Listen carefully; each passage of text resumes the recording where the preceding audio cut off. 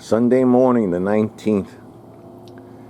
I ran over to Home Depot early this morning, about 10 after 9, before the crowds came in, to pick up a hedge trimmer.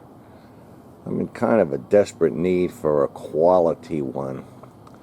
So I went with this Echo Shc 225S. 225, what does that remind you of? It reminds me of the Buick Electra 225, deuce and a quarter they used to call them. What a car back in the day. Anyway, getting back to this Echo, the last hedge trimmer I had purchased, oh God, man. Whew, I'm down here, what, about 15, 16 years full time. I must have bought it in the early 80s. I had a landscape business while I was working for the post office at the time. I was doing like a 4 to 12 shift, and so during the days I had all this time for extra money cutting lawns. I cut my route down to 12 cuts, 12 properties, all easy ones.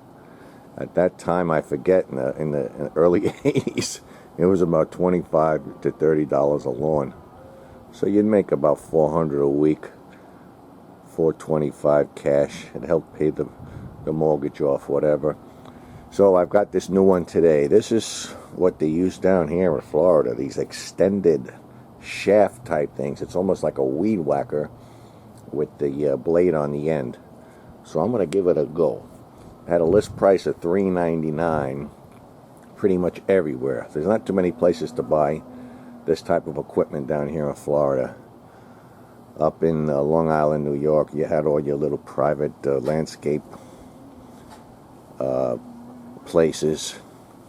They did repairs and sales, and that's where I bought my Skag years ago. I must have bought that in the early 1980s, my 32-inch walk-behind Skag. Shit, that was like about $2,800 back then, close to $3,000 with tax. Crazy. So I got this little one today. I got some bushes I want to cut.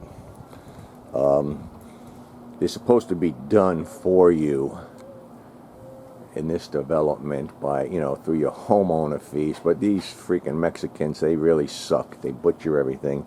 So I try to do my own shit. Alright, I'm going to be opening this up and we'll see what... Alright, here's the new style Echoes. I really like it because it gives you that extended shaft. Probably less need for a ladder.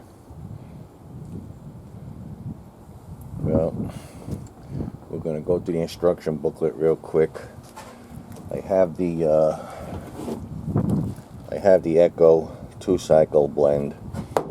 I gotta go up to either Wawa's or the Speedway and get the ethanol-free gas I put in these things. I don't use regular gas. The blade comes with a safety cover, of course, but these things are razor sharp. Nothing like I've ever had in the past. I can't wait to start this bad boy up. Owner's manual comes both in English and, of course, Spanish.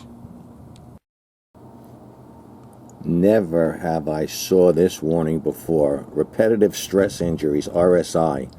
It is believed that overusing the muscles and tendons of the fingers, hands, arms, and shoulders may cause soreness, swelling, numbness, weakness, and extreme pain in those areas. Certain repetitive hand activities may put you at high risk for developing a repetitive stress injury.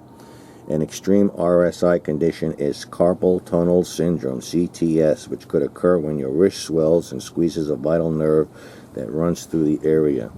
Some believe that prolonged exposure to vibration may contribute to CTS. CTS can cause severe pain for months or even years. No wonder. Here's your warning here not to use the E85, the 80 or the E15, 15% ethanol. You go to any gas tank, any gas station, Costco, BJ's, whatever.